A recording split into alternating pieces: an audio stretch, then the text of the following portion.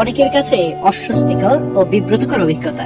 সাধারণত গভীর ঘুম বা ক্লান্তির কারণে এমনটা হওয়া অস্বাভাবিক নয়। তবে বিশেষজ্ঞরা সতর্ক করছেন, যদি এটি নিয়মিত ঘটতে থাকে তাহলে বিষয়টিকে হালকাভাবে নেওয়া ঠিক নয়।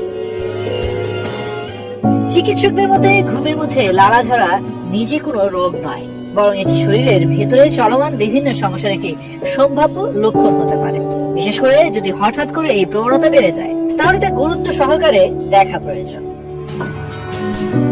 শিকাগোর Northwestern University Feinberg School of মেডিসিনের বিশেষজ্ঞদের মতে নিয়মিতভাবে ঘুমের সময় অতিরিক্ত লালা ঝরা স্লিপ অ্যাপনিয়া বা কিছু স্নায়বিক সমস্যার প্রাথমিক লক্ষণ হতে পারে। বিশেষ করে স্লিপ অ্যাপনিয়ার ক্ষেত্রে ঘুমের মধ্যে শ্বাস প্রশ্বাসে বাধা সৃষ্টি হয়। এতে শরীর পর্যাপ্ত অক্সিজেন না পেয়ে মুখ দিয়ে শ্বাস নিতে বাধ্য হয়, আর মুখ খোলা থাকলে স্বাভাবিকভাবে লালা বাইরে বেরিয়ে আসে এবং বালিশ ভিজে যায়। চিকিৎসা বিশেষজ্ঞ বলছেন, স্লিপ অ্যাপনিয়া একটি নীরব কিন্তু ঝুঁকিপূর্ণ সমস্যা। অনেকেই এই রোগে আক্রান্ত হলেও তা শনাক্ত করতে পারেন না।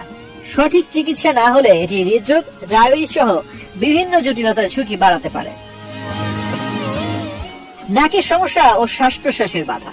যাদের নাক বন্ধ থাকে, নাসার অংশ সরু বা নাকের ভেতরের হাড় বাঁকা, তাদের ক্ষেত্রে মুখ দিয়ে শ্বাস নেওয়ার প্রবণতা বেশি থাকে।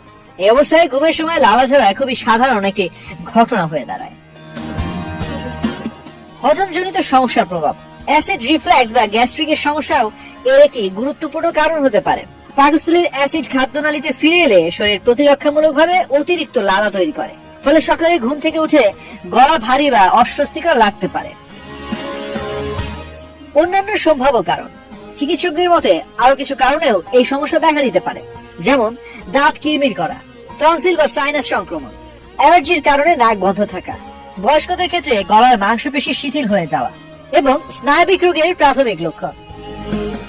এসব কারণে লালা গিলতে সমস্যা হলে তা ঘুমের মধ্যে বাইরে বেরিয়ে আসতে পারে। তো আজ এ পর্যন্তই। স্বাস্থ্য বিষয়ক এমন নানা পরামর্শ পেতে বাংলাদেশ প্রতিদিনের সাথেই থাকুন।